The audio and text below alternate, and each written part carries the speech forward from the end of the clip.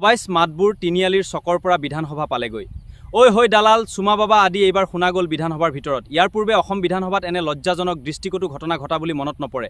অধ্যক্ষ মহোদয়, এতিয়া মই ক'বই নালাগে।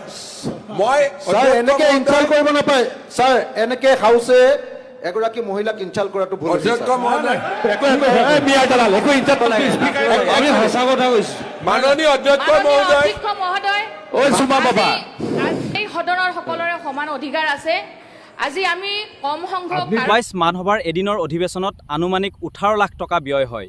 এই পইচাখিনি ৰাইজৰ কৰ কাটলৰ। কোনো বিধায়কৰ সৈতে কাৰোবাৰ শত্ৰুতা থাকিব পাৰে, সেই বুলি সদনত মিয়াৰ দাদাল, চুমা বাবা বুলি চিঞৰা কোন সেইসকল নেতা? বিৰোধীয়ে নামবিলাক ৰাজহুৱা কৰিব লাগে, জনতাই গম পাওক।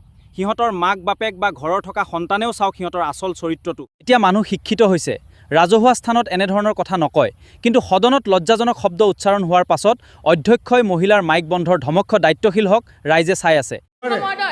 মই কৈছিলো, যদি কোনোবা এজন স্ত্ৰী যদি দুৰাৰোগত আক্ৰান্ত হৈ ঢুকায়